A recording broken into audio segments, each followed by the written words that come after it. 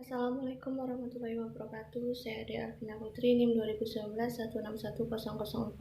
Di sini saya akan menjelaskan materi tentang sikap profesionalisme guru. Yang pertama yaitu kode etik keguruan. Pengertian kode etik profesi guru. Istilah kode etik itu bila dikaji maka terdiri dari dua kata, yakni kode dan etik. Secara harfiah, kode artinya aturan dan etik yang berasal dari bahasa Yunani, ethos yang berarti watak, adab atau cara hidup. Kode etik keprofesion pada hakikatnya merupakan suatu sistem peraturan atau perangkat prinsip-prinsip keperilakuan yang telah diterima oleh kelompok orang-orang yang bergabung dalam himpunan organisasi keprofesian tertentu.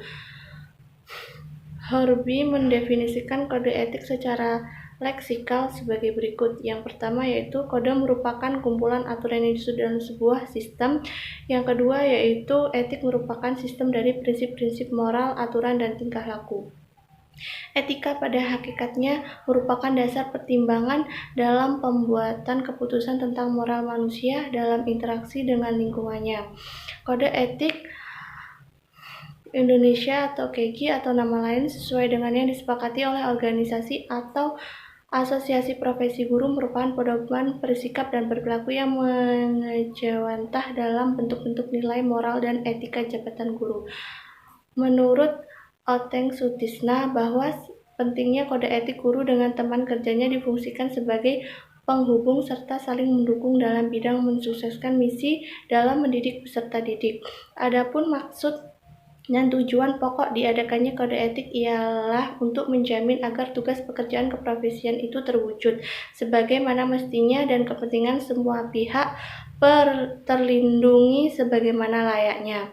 Penerapan kode etik guru. Kode etik hanya dapat ditetapkan oleh suatu organisasi profesi yang berlaku dan mengikat para anggotanya. Kode etik suatu profesi hanya akan punya pengaruh yang kuat dalam menegakkan disiplin di kalangan profesi tersebut. Jika semua orang yang menjalankan profesi tersebut tergabung menjadi anggota dalam organisasi profesi yang bersangkutan, kode etik dibuat oleh organisasi atau asosiasi profesi guru. Sanksi pelanggaran kode etik. Sering kita jumpai bahwa ada kalanya negara mencampuri urusan profesi, sehingga hal-hal yang semula hanya merupakan kode etik dari suatu profesi tertentu dapat meningkat menjadi peraturan hukum atau undang-undang. Apabila hanya demikian, maka aturan yang mulanya sebagai landasan moral dan pedoman tingkah laku meningkat menjadi aturan yang memberikan sanksi-sanksi hukum yang sifatnya memaksa, baik berupa sanksi perdata maupun sanksi pidana. Kode etik profesi guru Indonesia. Guru Indonesia menyadari bahwa pendidikan adalah bidang pengabdian terhadap Tuhan Yang Maha Esa, bangsa dan negara, serta kemanusiaan pada umumnya. Guru Indonesia yang berjiwa Pancasila dan setia pada Undang-Undang Dasar 1945 turut bertanggung jawab atas terwujudnya cita-cita proklamasi kemerdekaan Republik Indonesia terpanggil untuk menunaikan karyanya dengan pedoman dasar-dasar sebagai berikut. Yang pertama yaitu guru berbakti membimbing peserta didik. Yang kedua, guru memiliki dan melaksanakan kejujuran profesional. Yang ketiga, guru berusaha memperoleh informasi tentang peserta didik. Yang keempat yaitu guru menciptakan suasana sekolah sebaik-baiknya. Yang kelima, guru memelihara hubungan baik dengan orang tua, murid, dan masyarakat. Yang berikutnya, guru secara pribadi dan secara bersama-sama mengembangkan dan meningkatkan mutu dan martabat profesinya. Kemudian guru memelihara berhubungan profesi, semangat kekeluargaan dan kesetiakawan nasional. Berikutnya, guru secara bersama-sama memelihara dan meningkatkan mutu organisasi PGRI. Yang terakhir, guru melaksanakan segala kebijakan pemerintah dan bidang pendidikan. Kandungan makna kode etik profesi guru. Adanya penerimaan atas suatu kode etik itu mengandung makna selain adanya pengakuan dan pemahaman atas ketentuan atau prinsip-prinsip yang terkandung di dalamnya, juga adanya suatu ikatan, komitmen, dan persyaratan kesadaran untuk mematuhinya dan menjalankan tugas dan perilaku keprofesiannya. Kode etik guru Indonesia bersumber dari yang pertama yaitu nilai agama dan Pancasila, yang kedua nilai-nilai kompetensi pedagogis, kompetensi kepribadian, kompetensi sosial, dan kompetensi profesional. Yang ketiga yaitu nilai-nilai jati diri. Sebagai seorang pendidik, seorang guru harus memiliki syarat-syarat pokok. Yang pertama yaitu syarat saksiyah, yaitu memiliki kepribadian. Yang kedua yaitu syarat ilmiah, memiliki ilmu pengetahuan yang mumpuni. Yang ketiga syarat idafiyah, atau mengetahui hayati dan menyelami manusia yang dihadapinya. Ketiga unsur tersebut harus menyatu dalam diri setiap guru, sehingga guru akan menjadi seorang yang punya kepribadian khusus. Untuk menunjang profesi sebagai guru dibutuhkan profesionalisme. Adapun syarat profesionalisme guru dalam Islam meliputi yang pertama yaitu sehat jasmani dan rohani, yang kedua bertakwa, yang ketiga berilmu pengetahuan yang luas, yang keempat berlaku adil, yang kelima berwibadah, yang keenam ikhlas, yang ketujuh punya tujuan yang rabbani, yang berikutnya mampu merencanakan dan melaksanakan evolusi, dan yang terakhir yaitu menguasai bidang yang ditekuni. Dalam etika profesi yang punya landasan normatif yang membangun esensi yang menjadi latar belakang terbentuknya estetika profesi yang setidaknya terdiri dari 4 elemen. Yang pertama yaitu landasan tauhid, yang kedua yaitu landasan keseimbangan, yang ketiga landasan kehendak bebas, yang terakhir atau yang keempat yaitu landasan pertanggungjawaban. Kemudian di sini saya akan menjelaskan tentang materi guru profesional berkarakter. Permasalahan mengenai guru yang profesional gabungan telah dikaji dan dirumuskan di dalam Peraturan Pemerintah Nomor 74 Tahun 2008 tentang guru. Dalam regulasi tersebut dijelaskan bahwa kualitas manusia yang dibutuhkan oleh bangsa Indonesia pada masa depan adalah mampu menghadapi persaingan yang semakin ketat. Undang-Undang Nomor 14 Tahun 2005 tentang guru dan dosen menegaskan bahwa guru wajib memiliki kualifikasi akademik, kompetensi, sertifikat pendidikan. Dalam melaksanakan tugas keprofesionalan, guru harus memperoleh penghasilan di atas kebutuhan hidup minimum sehingga memiliki kesempatan untuk meningkatkan kemampuan keprofesionalnya.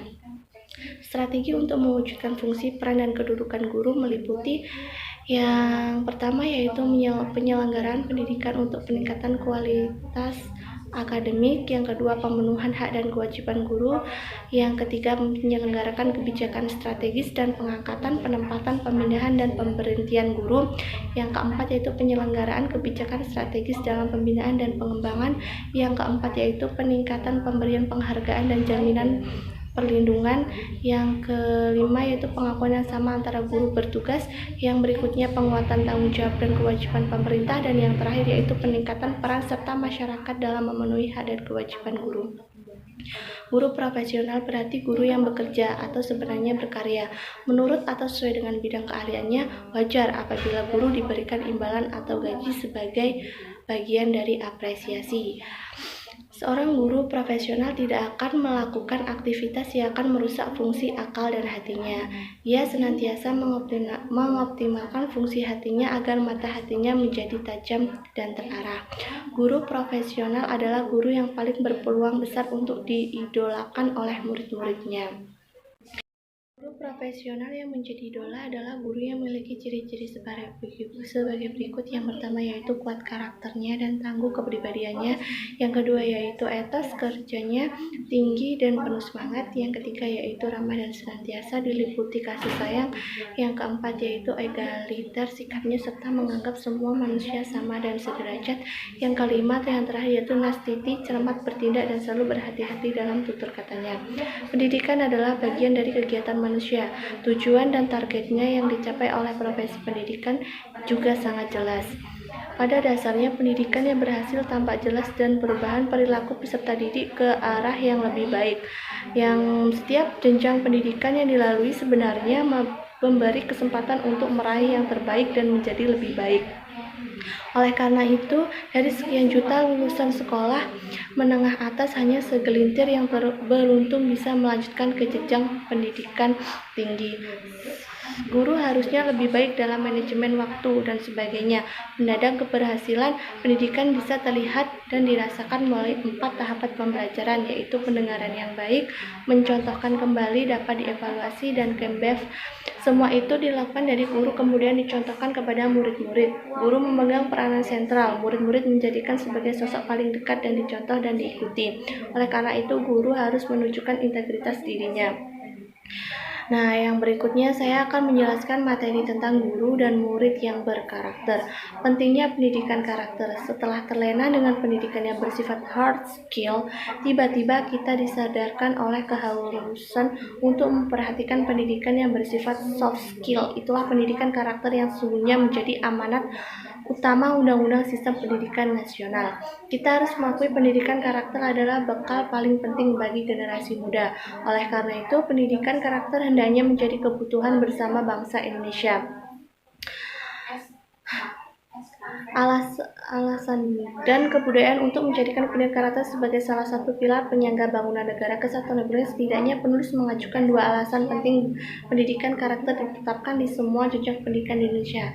Alasan tersebut sebagai berikut, pertama yaitu menyangkut keperbaikan kualitas mahasiswa Indonesia, yang kedua yaitu berkenaan dan pengelolaan hati atau kolbun, yang ketiga pendidikan karakter melahirkan orang profesional, yang keempat yaitu guru berkarakter dan murid berkarakter. Nah, dalam guru dan murid berkarakter ini artinya dia bukan seorang yang menyendiri dan mengabaikan lingkungan. 4 kompetensi tersebut adalah syarat yang harus dimiliki seorang guru. Setidaknya guru akan terus terpacu untuk meningkatkan kompetensinya setiap saat. Berdasarkan peraturan pemerintah Republik Indonesia tahun 13 tahun 2015 tentang perubahan kedua atas peraturan pemerintah Republik Indonesia nomor tahun 19 tahun 2005. Kurikulum jenis pendidikan umum, kejuruan, dan khusus pada jenjang pendidikan dasar dan menengah terdiri atas yang pertama yaitu kelompok mata pelajaran agama dan akhlak mulia, yang kedua kelompok mata pelajaran kewarganegaraan dan kepribadian. Berdasarkan pernyataan tersebut, attitude, akhlak mulia, dan kepribadian adalah hak murid-murid untuk diajarkan di sekolah. Hampir seluruhnya bertanggung jawab untuk membentuk warga negara yang berkarakter. Dia juga tidak mungkin bertanggung jawab mengurus persoalan pendidikan dan pengajaran sendirian. Dia memang harus memperbaiki karakternya. Kode etik guru ialah sebagai seperangkat prinsip dan norma moral yang melandasi pelaksanaan tugas dan layanan profesional. Sebagai seseorang yang dibuku dan ditiru atau disebut dengan guru, seluruh perilaku guru harus lebih baik daripada murid-muridnya. Guru adalah role model yang menjadi rujukan perilaku murid-murid dan masyarakat tempatnya tinggal dan beraktivitas. Nah, itu adalah penjelasan dari saya materi tentang sikap profesionalisme. Sikap profesionalisme guru itu terdiri atas 3, yaitu pertama kode etik, kedua guru keprofesional berkarakter, yang ketiga atau yang terakhir guru dan murid yang berkarakter. Sekian dari saya. Wassalamualaikum warahmatullahi wabarakatuh.